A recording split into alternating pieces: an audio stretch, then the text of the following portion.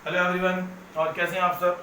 तो कल हमने न्यू चैप्टर स्टार्ट करा था, चैप्टर नंबर 4 हीट। और उसमें मैंने आपको हीट के बारे में बताया था, टेम्परेचर के बारे में बताया था, थर्मामीटर के बारे में बताया था। तो आज हम एक और थर्मामीटर पढ़ते हैं, लेबोरेटरी थर्मामीटर। जो जनरली क्या होता है, हमें अपनी बॉडी का टेम्परेचर नापना होता है। तो बॉडी का टेम्परेचर नापने के लिए हम कौन सा थर्मामीटर इस्तेमाल करते हैं? Clinical thermometer. बॉडी का टेम्परेचर नापने के लिए कौन सा इस्तेमाल होगा? Clinical thermometer. लेकिन उसी तरीके से अगर आपको ज़्यादा टेम्परेचर मेजर करना है, जैसे नॉर्मल टेम्परेचर क्या होता है इंसान का 37 डिग्री सेंटीग्रेड। अब ऐसा भी हो सकता है कि जैसे आपको लेबोरेटरी का मतलब जैसे जैसे बड़ी बड़ी लैब्स हैं या फैक्ट्रीज़ हैं या कोई भी ऐसी जगह है जहाँ पर ज़्यादा टेम्परेचर का इस्तेमाल होता है, तो वहाँ पर टेम्परेचर को मेजर करने के लिए जिस थर्मामीटर का इस्तेमाल हम करते हैं वो थर्मामीटर आपका होता है लेबोरेटरी थर्मामीटर। और इस लेबोरेटरी थर्मामीटर की जो रेंज है वो होती है आपकी -10 डिग्री सेंटीग्रेड से 110 डिग्री सेंटीग्रेड तक। किससे? -10 डिग्री सेंटीग्रेड से 110 डिग्री सेंटीग्रेड। और जो हमारी बॉडी का जो नॉर्मल टेम्परेचर होता है वो कितना होता है? 37। तो ये तो क्लिनिकल थर्मामीटर से नापा जाता है। और जो दूसरा टेम्परेचर है, जो मतलब आगे जैसे किसी आपको कहीं फैक्ट्रीज वगैरह में या लैब में टेम्परेचर को मेजर करना है, कोई केमिकल रिएक्शन करते हुए करना है, तो -10 से 110 डिग्री सेंटीग्रेड। ये कौन सा थर्मामीटर होगा? आपका लेबोरेटरी थर्मामीटर होगा। अब अगला टॉपिक इसमें है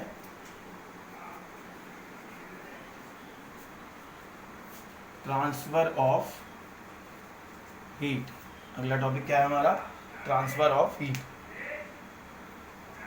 ट्रांसफर ऑफ हीट का मतलब क्या हुआ? देखिए, जब भी आप दो बॉडीज़ को आपस में कांटेक्ट में लेके आते हैं, कोई भी दो ऑब्जेक्ट हैं, जब कोई भी दो सब्सटेंस हैं, जब उन्हें आप आपस में कांटेक्ट में लेके आते हैं तो हीट का ट्रांसफ़र शुरू हो जाता है। ट्रांसफ़र होने का मतलब ये है कि हीट का एक ऑब्जेक्ट से दूसरे ऑब्जेक्ट में ट्रांसफ़र होना, एक ऑब्जेक्ट से दूसरे ऑब्जेक्ट में जाना। जैसे सपोज करिए आपके पास दो बॉडीज़ हैं, सामने डायग्राम देखिए। एक बॉडी है आपके पास ए, एक बॉडी है आपके पास बी। ए जो है वो है आपकी हॉट बॉडी और बी जो है वो है आपकी कोल्ड बॉडी। तो हीट जो है वो कैसे ट्रांसफ़र होगी? हॉट से कोल्ड में। ठीक है। तो हमेशा याद रखिएगा कि जो हीट का जो ट्रांसफ़र होता है वो हॉट से कोल्ड में होता है। तो the transfer of heat from hotter to colder, hotter and to colder and is called conduction. ठीक है, समझ में आई मेरी बात? कि जब भी आपका कोई भी, मान लीजिए कोई बड़ी सी बॉडी है, तो उसका एक हिस्सा आपका हॉट हो सकता है, एक हिस्सा आपका कोल्ड हो सकता है, या दो अलग अलग बॉडी की भी बात कर सकते हैं। तो अगर एक ऑब्जेक्ट है जो उसका हॉट वाले हिस्से से कोल्ड वाले हिस्से की तरफ क्या होगा, जो आपकी एनर्जी है या जो हीट है वो ट्रांसफर होगी। और इस प्रोसेस को हम क्या कहते हैं? कंडक्शन।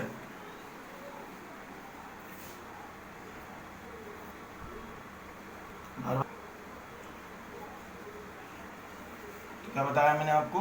जो बॉडी का जो टेम्परेचर है या जो बॉडी की जो हीट है वो कैसे ट्रांसफर होगी? हॉट से कोल्ड की तरफ। तो बॉडी की हीट हॉट से कोल्ड की तरफ ट्रांसफर होना, ये क्या कहलाता है? Conduction. The transfer of heat from hotter to colder and is called conduction.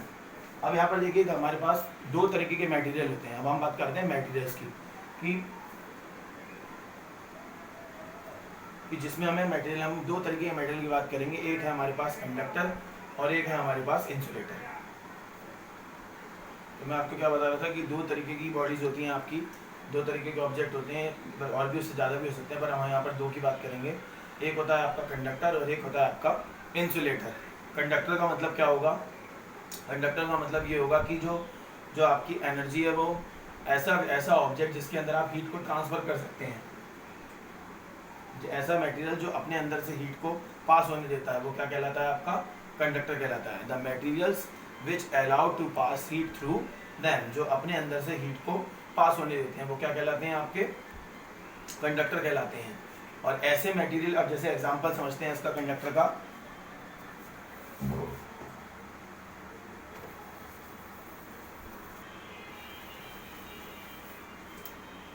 तो मैं क्या बता रहा था आपको? सबसे पहले हमने क्या पढ़ा? कंडक्टर। कंडक्टर्स कौन से सब्सटेंस होंगे जो अपने अंदर से हीट को, या आगे हायर क्लासेस में आपको पढ़ाया जाएगा, जो अपने अंदर से हीट को या करंट को ट्रांसफर होने देते हैं। इसका एग्जांपल है आपका सिल्वर,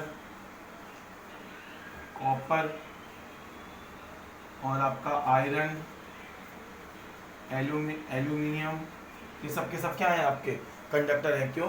क्योंकि ये अपने अंदर से हीट को या करंट को पास होने देते हैं। दूसरा है आपका इंसुलेटर।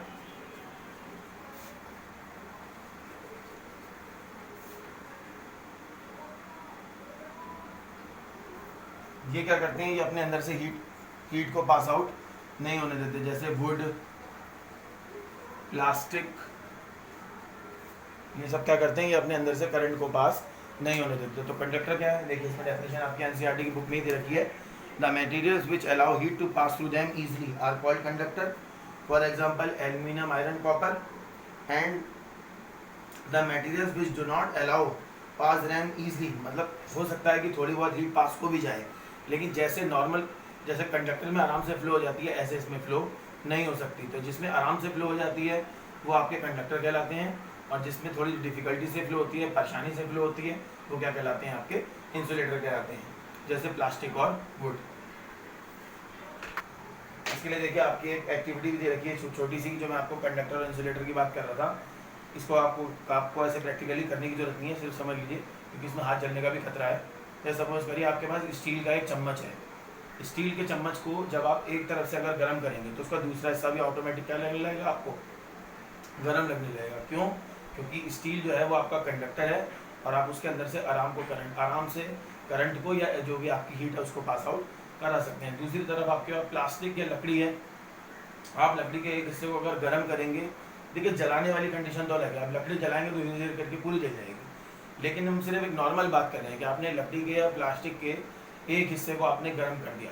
तो जब आप उसके एक हिस्से को गर्म कर देंगे तो दूसरा हिस्सा अगर आप पकड़ेंगे तो आपको वो गर्म नहीं लगेगा। क्यों? क्योंकि लकड़ी और प्लास्टिक अपने अंदर से हीट को या करंट को पास आउट नहीं होने देते। तो ये किसका एग्जांपल है, आपका इंसुलेटर का। तो इस तरीके की आपको एक टेबल बनानी है। टेबल किस तरीके की बनानी है समझ लीजिए, मैं आपकी कॉपी में भी इसको चेक करूँगा, अपनी नोटबुक में आप मुझे दिखाएंगे असाइनमेंट अपने जो भी आप बनाएंगे। उस टेबल में आपको क्या करना है, जैसे दे रखा है article, materials which of the article is made of and does the other and get hot और नॉट। मतलब पहले तो आपको वो आर्टिकल लिखना है क्या है, उसके बाद वो आर्टिकल किससे मिलकर बना है, वो मेटल है, नॉन मेटल है, कंडक्टर है, इंसुलेटर है, और उसके बाद आपको बताना है कि उसका दूसरा हिस्सा गर्म होगा या नहीं। जैसे फॉर एग्जांपल इसने स्टील स्पून दे रखा है, वो किसका बना होता है, मेटल का बना होता है, और उसका दूसरा हिस्सा आपका गर्म हो जाएगा। क्यों? क्योंकि वो किसका काम करेगा, कंडक्टर का काम करेगा।